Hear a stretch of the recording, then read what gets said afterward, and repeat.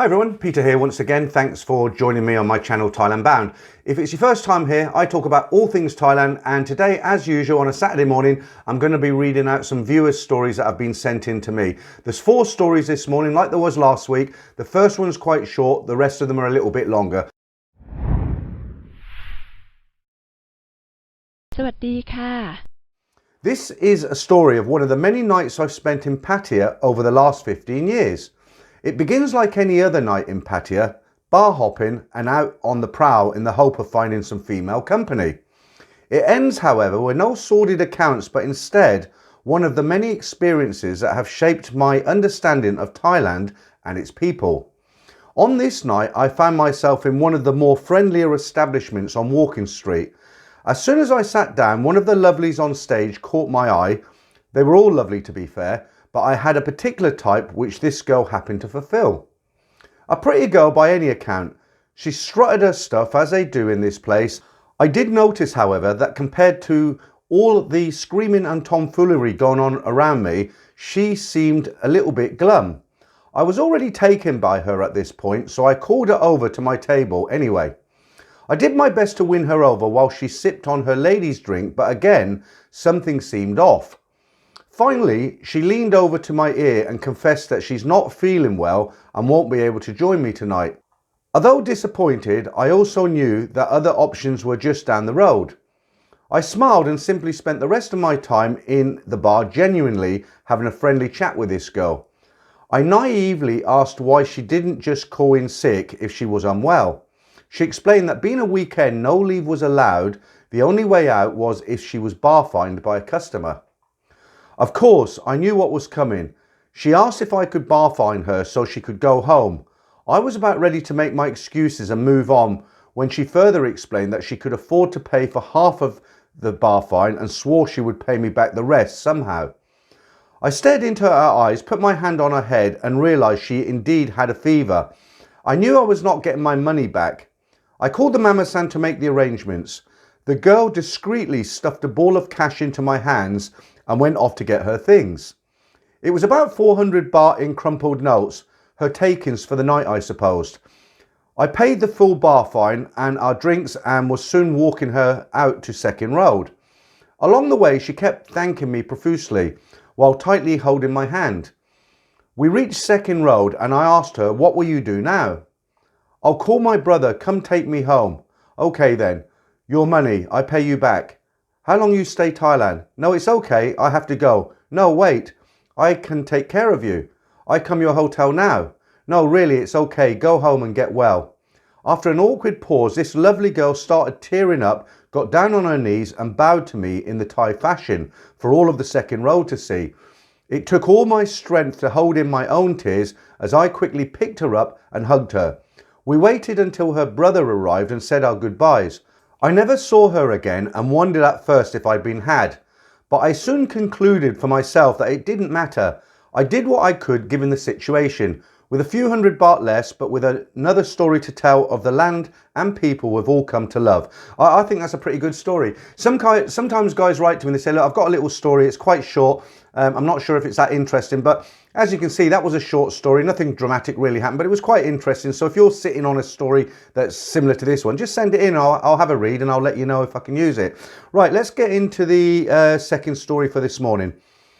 This story is about my recent trip to Phuket. I met a lady at one of the clubs on Bangla Road. She used to work in the bar scene until she gave up just over a year ago. We instantly clicked and then spent the rest of my trip together. She used to come to my hotel in the morning to take me to different beaches every day where we spent the entire day. She then used to drop me back to my hotel in the evening and we used to meet again after a couple of hours for dinner or drinks. She told me that she didn't know what she wanted to do in the future with regards to work. She also told me that presently she was not looking for romance. I think the reason she spent so much time with me is because I never asked her about money or charges for her company and we just got on really well and we're kind of like good friends. We were inseparable and every bar we visited regularly, people asked me if she was my wife or girlfriend. We interacted in such a way without being touchy-feely that people thought we were a couple. I paid for all the drinks and food and entertainment when we were together. This is, of course, normal in Thailand, or thinking about it, it's most of the world if you're out dating. Since I met this lady, I never bar-fined anyone while I was in Phuket, and she never entered my room at my hotel. We were never intimate with each other. I started to have genuine feelings towards her, and I told her so. She told me that she loved the time we had spent together and she always felt safe when she was with me, but she also went on to tell me that she wanted nothing more than friendship from our relationship. I returned to Australia and for a while we were in constant communication. However, she suddenly stopped replying to my texts, and to be honest, I feel extremely hurt because I feel like whatever I thought we had was just business for her. It looks like she just wanted to go out every day and have a good time at my expense, and now I wonder if our conversations were really meaningful for her as they were for me. Of course, we exchanged many personal details about each other as trust started to grow over time. I know this isn't really much of a story, and I am not presuming that you are a relationship expert, but I have been watching your videos for a while now and you do seem very experienced about Thailand. Can I ask you, based on what I have explained above, what do you think her motivation was? Was it all a lie to keep me engaged, or did she really enjoy my company? I am of Indian origin, but I have been living in Sydney, Australia since 1992. I'm thinking of moving to Phuket within the next 2 or 3 years and hoping to make a business or investments. I intend to continue visiting Phuket 2 or 3 times a year for now and until I move out there full time.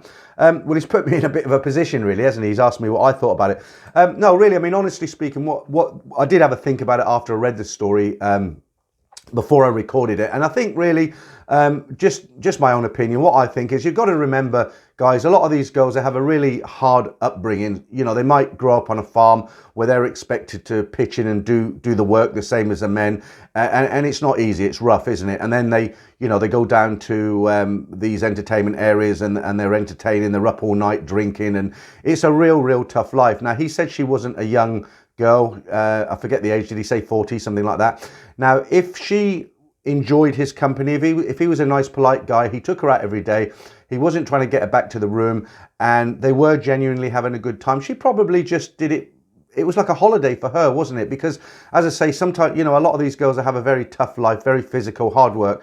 And to be able to spend 2 weeks just eating in nice restaurants every night, not worrying about the cost, going out to beaches, shopping malls, little trinkets being bought for you, that's probably all it was. And the reason she probably stopped writing to him when he went back to Australia, it was probably just a case of out of sight, out of mind, nothing more than that. So if you watch this story, she probably really liked you as a good friend, but probably no more than that. And I wouldn't get offended by that, because friendship is actually more value than one night stands. It is, in my opinion, anyway. All right, now a lot of guys, they write to me and say, look, I like listening to these stories, but I really like the crash and burn stories. You know, the ones where guys go out to Pattaya and get fleeced.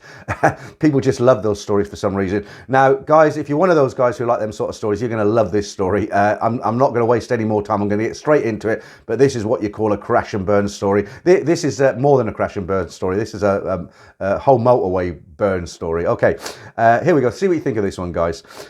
I would like to tell you a story about a friend I introduced to Thailand. This story spans over 8 years and it's all true. I first visited Thailand with my girlfriend in the early 1990s. We had been living in Australia, so stopovers on trips back home were always an option. Needless to say, I didn't get to sample all Thailand had to offer, but I enjoyed the country, food and beaches immensely. After we'd split up, I had spent about a year working in Bali before returning to the UK and got to sample a little of what Southeast Asia has to offer. Back living in the UK, I had an uncle living in Bangkok and a friend I'd known in Australia had moved to Pattaya and opened a bar. We were still in touch and he told me to come over for a holiday. I had not visited Pattaya on previous trips, so I had no idea what to expect. It was a few years before I got the chance, but when the opportunity presented itself, I took a 2-week holiday in Bangkok and Pattaya, and needless to say, I had the time of my life and became a regular visitor to Thailand. I had a friend in the UK I'd known for over 25 years. We had travelled all over the world. When we were younger, living out of each other's pockets, on telling him of the great times I was having in Pattaya, he asked if I'd take him the next time I went. I was visiting Pattaya up to 5 times a year by then, So on my next trip, we went together. My friend, let's call him Fred, had a young son and was separated from his partner. He's a big guy with a huge beer belly and a smile like stone. He's never really been that successful with the ladies, so I was pleased to be taking him with me to Thailand. I explained in great detail how it all worked, bar fines, long and short times, what the girls will say, how to avoid being scammed, what the scams were, etc. I told him I only ever met up with a girl for one day. I didn't try to develop long-term relationships and he shouldn't do the same. I advised him to just do the same and have a good time on his first visit. We landed in Bangkok at about 9 p.m. and once through customs into a taxi, we arrived in Pattaya by about 11:30 p.m. I had booked a hotel on Soi 8 in the middle of the action as a way of introducing Fred to Pattaya and thought we would stay there for a few days then move on. As our taxi pulled into Soi 8, I watched his jaw drop. He couldn't believe his eyes. Hundreds of beautiful women screaming and dancing. His face was a picture. I thought this is going to be a fun few weeks. We checked in, took a shower and were out of the hotel before midnight. We walked across to Soi 7, then walked down towards the beach with Fred. We stopped at a bar at the end of the Soi for our first beer and sat at the bar. One of the girls started talking to Fred and was coming out with the usual lines that bar girls come out with. Where you from? How long you stay Pattaya? How many times you come to Thailand? You want play game? All the usual chat up. We drank our beers and I said let's go to my friend's bar as I wanted to introduce Fred to my friends. Fred said no because he really liked the girl he has been talking to and would I ask her if she would go back with him to his hotel for drinks. I said, relax Fred, we've only just arrived, we can come back later if you like. He said, no, I really like her, would you talk to her for me? I thought, whatever. The guy was desperate, so I spoke to the girl he was drinking with, who turned out to be called Joy.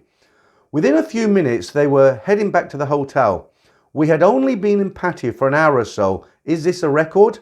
Anyway, I went and did my own thing, visiting friends and bar hopping. When I got back to the hotel, outside of Fred's room were some room service trays and a do not disturb sign on the door. The next day, I got up around 1 p.m. and headed down to the swimming pool. I could see our rooms from the poolside chair I was lounging in. Fred's curtains were drawn and there was no sign of him. I chatted with a few of the guys by the pool, had some food and a few beers. Fred eventually emerged at around 5:30 p.m. I've never seen a happier man in my life. He came bounding over telling us what a great time he had had and how the night had been amazing. I was delighted for him and the other guys around the pool thought it was hilarious to see someone so happy after his first night in Pattaya. Then Fred said there was a problem. 10,000 baht disappeared from his room. I told him to speak with the hotel manager. Fred said no, it probably wasn't Joy. I asked who else could it be? He said he didn't know. Then the other guys who were there all said to Fred, go and try and get your cash back. Fred just said it wasn't her and that was it. Okay, fine, it's his money, his choice. Then Fred said, I have to go now. Where? I asked. He said he had arranged to go back to Joy's bar. Everyone at the pool said, but she's just robbed you. But off he went anyway. The next day was exactly the same. Fred come down at 5:30 p.m. when Joy had to go back to the bar. He was as happy as ever. He told me how wonderful everything was and what an incredible time he'd had, but there was just one problem. Another 10,000 baht was missing from his room. Once again, I and the guys around the pool said, go and get it back. Fred again refused to blame Joy and became angry. He started saying things like, she's not like the other girls. She doesn't like working in the bar. She's different. And he loved her. With that, he left to go back to her bar once again. To be honest, I couldn't believe what I was hearing. Here was somebody I had known for years who I thought I knew well. The other guys around the pool couldn't believe it either. Fred had been in Pattaya for less than 40 hours, had 20,000 baht stolen from him and was professing love for a bar girl he had just met. Has he totally lost his head? The rest of the holiday didn't go well. The routine was the same every day. He spent 2 weeks either in Joy's bar or in the room with her. I foolishly lent him 40,000 baht, which he swore on his son's life he'd pay me back as soon as he got home. Once back in the UK, I called him and asked for my money back. Fred made every excuse under the sun as to why he could not pay me back straight away. Then one day Fred called me and told me he was very happy because he had booked a ticket to go back to Pattaya. I asked him, where is my money? He told me, you don't need it right now, but I need every penny I can get my hands on. Needless to say, what had once been a close friendship ended right there. Fred had ripped me off for a Pattaya bar girl. I was totally disgusted with him. I didn't see Fred for about 3 years after that until one day I'm in Pattaya, I was walking along the beach road and who's coming towards me? It was Fred and Joy. Time is a great healer, and out of curiosity more than anything, we all arranged to meet up for a beer. Joy was still working in the bar, so Fred and I met up in another bar close by. He told me how they had become extremely close and were getting married. I said, but she's still working in the bar. He said she doesn't go with customers, only accepts drinks and tips. I thought, of course she does. Anyway, we made our way back to the bar and ordered a couple of beers. At the end of the night, we asked for our separate bills. My bill was 60 baht for one beer, but Fred's bill was 2,150 baht. Joy had ordered ladies' drinks for her and all the friends in the bar and put it on Fred's bill. Fred said, not again, what are you trying to do to me? And all this after Fred had been telling me how close they were. The guy was a deluded idiot. I said my goodbyes and left the bar. I thought you deserved all you've got. A few days later, after Fred had gone home, I was walking down Soi 7 when Joy seen me and came running out of the bar. She said to me, I go with you. I didn't take her up on her offer. However, thinking about it, the 40,000 baht that Fred never returned would have justified me taking Joy back to my hotel. Years passed until I got a message from Fred on WhatsApp with a picture of him outside a shack in a Thai village. The message said, I'm not a 2-week millionaire. This is my house. I suppose he had no one else to tell who would understand and wanted to brag about it to somebody. I asked, what are you going to do in a Thai village? Life is not easy in rural Isan, especially for an overweight 56-year-old from Liverpool. It's certainly not something I would ever dream of doing, and how much had it all cost? I would imagine he had spent at least £50,000, which would include the land he had bought from Joy's family, and of course he would have been ripped off over building costs and other things. Things moved very fast from here. About a week later, he called me from the UK. He asked me if he could come to visit me at my house in London. I said, I thought you were in Thailand. He said, no, that's all over now. So Fred came to London. He was very secretive and didn't want to say what had happened in Thailand. He just needed to get away. Eventually, he told me everything. If truth be told, I think he was glad to have somebody to tell. Anyway, after one of his trips to the UK, he returned to the village in Thailand to discover the love of his life, Joy, who hadn't been blessed with the largest assets in Thailand, had recently become silicone blessed. Fred asked Joy where had the money come from for the operation. She claimed her brother had paid for it. It turned out it was an American boyfriend, one of many, I'm sure, who had made the silicone investment. Broken-hearted, Fred had left, leaving the house he had paid for, which I imagine will now be used by any of Joy's new boyfriends. 8 years of being scammed by her. He now has a broken heart and an empty wallet. I can't say I showed any sympathy. I laughed so hard I nearly had a hernia. I didn't even bother asking for my 40,000 baht back. Just the satisfaction of knowing that he should have listened to me on that second day in Pattaya way back then was payback. Fred went on his way to do it all again, I would imagine. I still can't quite believe that anyone could be so foolish, but they can. I had a ringside seat watching the drama all unfold. If you ever meet a guy with a Thai bar girl and he tells you that she is different, she does not like working in the bar, you know he's a no-hoper and will lose everything. I hope this story wasn't too depressing, but should serve as a warning to newbies heading out to the land of smiles. Yeah, so there you go. It's always amazing, isn't it? People who haven't been to Thailand, they listen to these stories and they leave comments. Some of them are quite derogatory. You know, they'll say that guy was a simp or he was an idiot or how could he be so stupid? But I don't know. It just kind of, it's like some guys can't handle it when they get to Pattaya or somewhere else in Thailand. They just can't there's like a spell gets put onto them, and like this girl, he met this girl Joy, and that was it. He was gone. There was no hope for him. But hopefully, guys, if you haven't been out there before and you've been listening to these stories, you know, she's not different. When you go into that beer bar and you think to yourself, is she different? She's not. She's like the rest of them. You're a commodity and she's there to make money. Just remember that and you'll be okay. Okay, so on to our fourth and final story this morning. Now, there's a little bit of a warning for this story, guys. This is going to rev you up. You're going to get angry. I guarantee it. And how do I know that? Because when I read this story, when I was editing it, I got really angry when I read it, really angry. I don't want to tell you why, because it will give it away. It starts off like any other story, but when later on in this story, I can guarantee you'll get angry. Now, what I want to give you a warning about is when you're revved up and you want to write your comments at the end, you can write whatever you want, but bear in mind it's YouTube. So if you use any racism or bad language, YouTube will automatically delete those comments, or if YouTube miss them, I'll go in and delete them, okay? So you can say what you want, express yourself, but please no swearing and no racism, okay? So be prepared, this is gonna really make you angry. My story begins back in 2012, where I was introduced to Thailand for the first time. A friend of mine had been there before and said we should go there together on a vacation. At first I thought, what am I going to do there? I always heard that guys go to Thailand to get girlfriends when they could not get a girlfriend at home. I didn't have any problems getting girls. I was 25 years old at the time, good looking, 6'4" tall and 117 kg of muscle. Back then I was training a lot and I was a pretty good boxer at the same time and was competing a lot here in Sweden. I didn't think I was going to find Thailand that amazing like most other people because of my habits with girls in Sweden, but I was wrong. I still remember the brick wall of heat coming out of the airport in Bangkok. The smells and the distant talking of a foreign and unfamiliar language.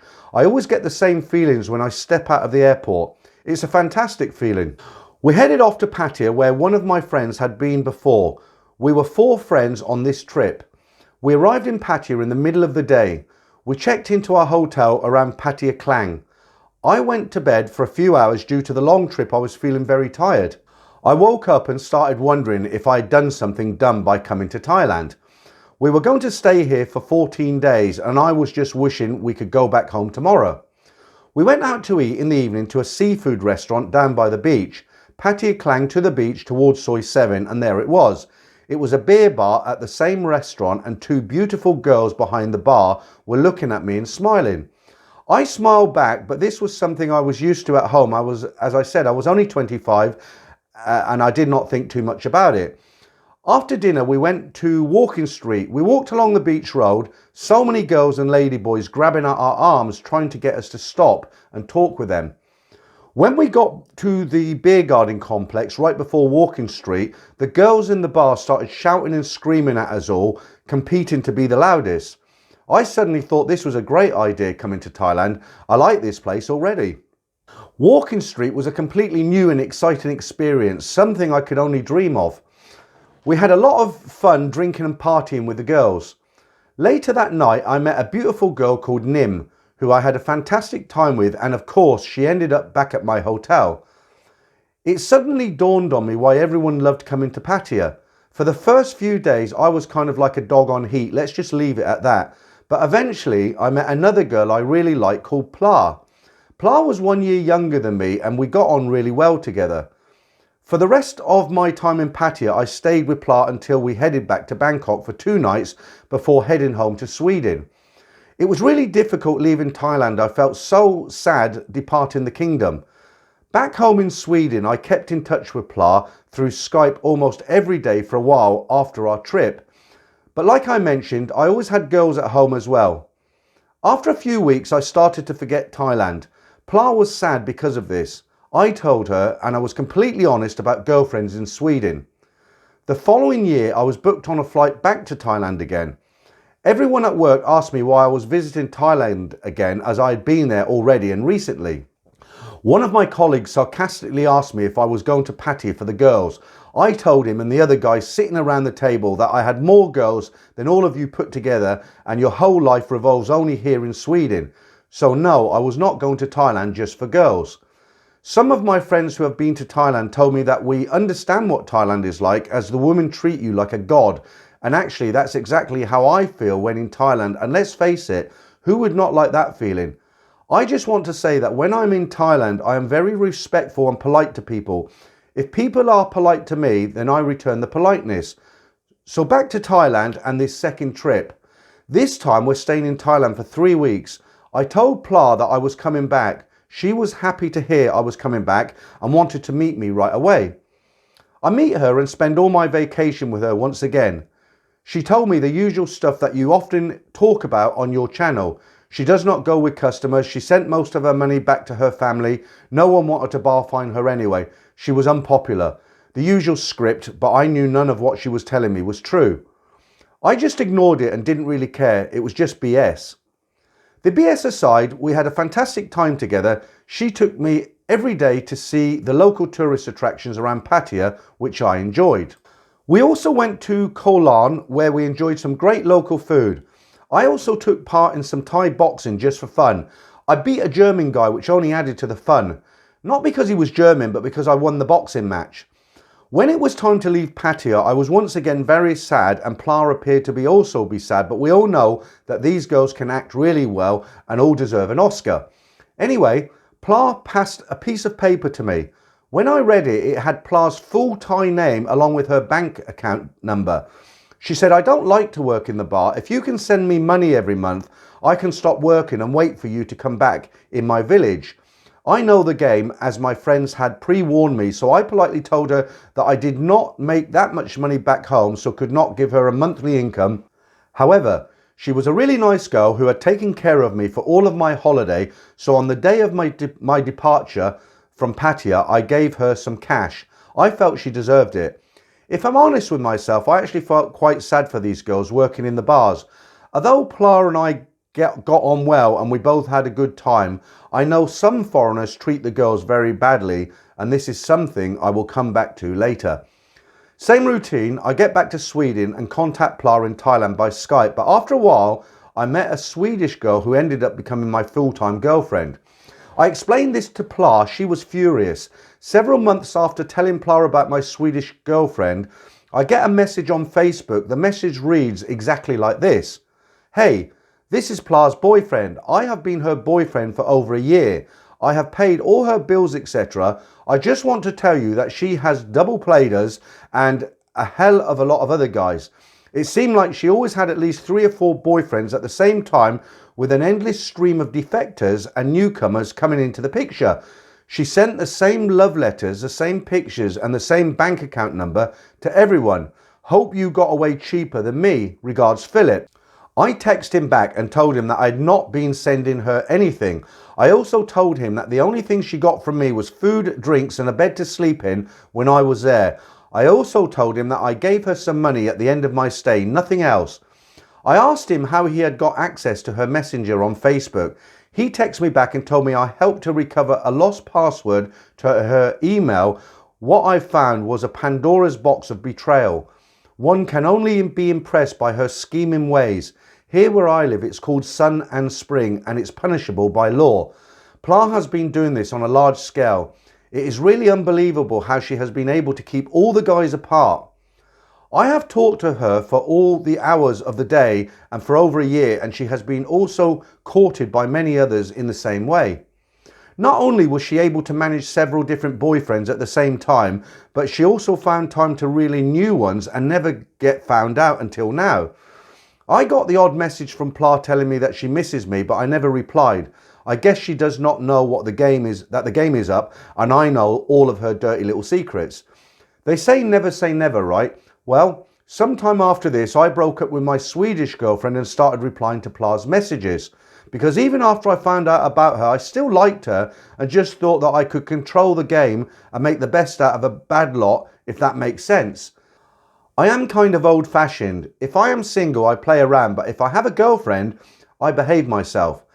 I finally broke cover and asked Pla why she had lied to me. She never answered me. I guess there was nothing she could have said. It was now 2016. I was still single and had planned another trip to Pattaya with some friends. I did not tell Pla I was in Pattaya. I did a lot of partying with my friends, drinks, girls and generally running riot. One night I was lying in bed alone when I heard a lot of noise coming from the room next door. To be honest, it sounded as if someone was being murdered, and it went on for several minutes. In fact, it was so bad that I actually got up, got dressed and went into the hall and stood in front of the door for a better listen. There were terrible screams coming from inside the room. I pounded on the door and it suddenly went quiet. I had held my thumb over the peephole of the door so anyone inside could not see who was knocking.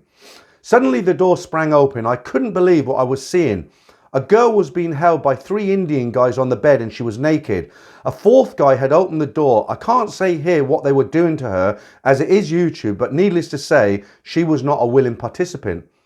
The girl looked at me and screamed in pure desperation for help. I was furious. I pushed into the room and shouted at them to let her go. They released the girl and she fell on the floor crying. The Indian guy at the door behind me tried to hit me. I was in great shape and I knew that 4 of them was no problem as I was raging. I never start fights, but the guy who tried to hit me went down on the floor in about 2 seconds flat. The other 3 saw this and decided they were not going to have a go and did not move. I shouted at them, calling them everything I could think of. I had never been so enraged. I almost wished the other 3 had started to have a go so that I could have taken them out to at least give the girl some payback. I went over to the bed, picked up the sobbing girl in my arms. I then picked up her clothes and I took her into my room. I gave her one of my t-shirts to put on, along with a towel to dry her eyes. I was trying to comfort the girl as best as I could when there was a knock at my door. I thought to myself that these guys have finally worked up some courage and want to have a go at me. I was ready. I opened my door. It was the one guy I had knocked out with 2 of the staff from reception. He told the staff that I had attacked him for nothing, hitting him, and then I had taken the girl against her will out of their room. I told the guy to go and F himself and said he should think himself lucky I did not pulverize him. The girl by now was in the shower cleaning up. I called her and asked her to explain in Thai to the staff what had happened to her. The girl was called Apple, a very common nickname in Thailand. Anyway, after she explained to the staff what the 4 guys had done to her and my role in everything, the 4 of them were thrown out of the hotel there and then. The story goes that one of the guys went down to the beach road, done a deal with a freelancer, Apple, went back to his room where his friends were laying in wait to take full advantage of this poor girl. What could she do against 4 guys? Apple stayed the night with me, but nothing happened. It was out of genuine pity for her that I truly believe she was in shock after the terror she had suffered at the hands of these 4 guys. The next day, I asked her if she would like to join me at a restaurant. She said yes, and that she felt safe and protected with me. I will be honest here, I liked Apple. It turns out that she was from Khon Kaen in Isan. We had 2 beautiful weeks together before I went back to Sweden again. She thanked me for helping her and called me her Superman. She hated the life in Pattaya, so she went home to Khon Kaen after I left. I had a nice time with both Pla and Apple back then, and we are still friends. Now and then, Pla texts me that she misses me and that she is building a house in her hometown with her now British boyfriend. I wish him good luck. God knows he needs it with Pla. I hope Pla learns her lesson and stays loyal to him. Apple moved from Pattaya back home to Khon Kaen, where she still lives with her family and her daughter. Apple now has a boyfriend and I feel it's unlikely that he will be scammed, as Apple is a much more honest person than Pla, who is a player and in the game to win it. I think the circumstances in which I met Apple are a good place to end this story. The girls in Pattaya don't always meet young, handsome and charming men. Sometimes they have to deal with evil men such as Apple did on that awful night. I am no white knight, but had I not been checked into that room next door, God knows what Apple's outcome would have been.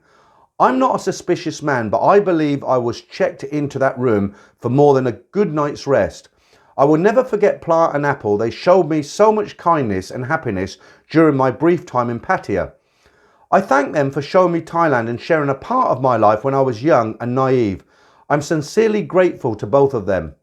Today, I am 35 years old. I have a girlfriend and she has a daughter. If I should be single again, I'm 100% sure I'm going back to the land of smiles. Thanks for reading out my story, and I hope it wasn't too depressing. Well, there you go, guys. I mean, that is unbelievable, isn't it? So like I said, I mean, I'm revved up again just reading it, and I've read it 3 times. No, I mean, it's awful, absolutely awful. And like I said, I'm sure a lot of you now will be really enraged. You want to leave comments on this story. But as I say, try and keep it clean. You can put your point across without any swearing or anything, and then everybody can read your comments, all right? Okay guys, now that's all out of our system, let's end on a positive note. So thanks for being here again to listen to my stories or the stories of viewers. And don't forget guys, as I always say, if you've got a story, if you're sitting on a story, send it in. I'll try and read it out on the channel. I might have to clean it up a little bit sometimes. If you like what I do and you'd like to support me, there is a link in the description. You can donate a coffee or a beer, whatever you feel comfortable with, or you can subscribe or become a member. So once again guys, thanks again for listening to the stories.